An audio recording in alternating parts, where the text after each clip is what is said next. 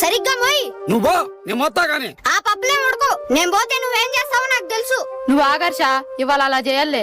ఆగు, ఏదో ఒక వేసి వేస్తాడు చూడు. అదేం లేదులే, వదిలే. సరే కాని నేను మాత్రం నిన్ను వదిలిపెట్టిపోను. రే ఎక్కడా? సరే వస్తున్నా. ఏమైంది బావా? ఊళ్ళో ఏదో పంచాయతీ ఉందంటే అర్జెంట్ గా నన్ను రమ్మంటున్నారు. సరే వెళ్ళు. ఆగు అమ్మా, నేను ముఖానికి ఎవరైనా పంచాయతీకి పిలుస్తారా?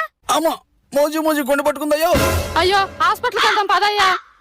ఓసిన పిచ్చి తల్లి, ఆయన గుండె పట్టుకోవాలా గొంతు పట్టుకోవాలా? నీకెలా తెలుసురా? ఈయన గుండె కుడివైపు ఉందా? ఏమైనా ముందు డాక్టర్ కు చూపిద్దాం పదా.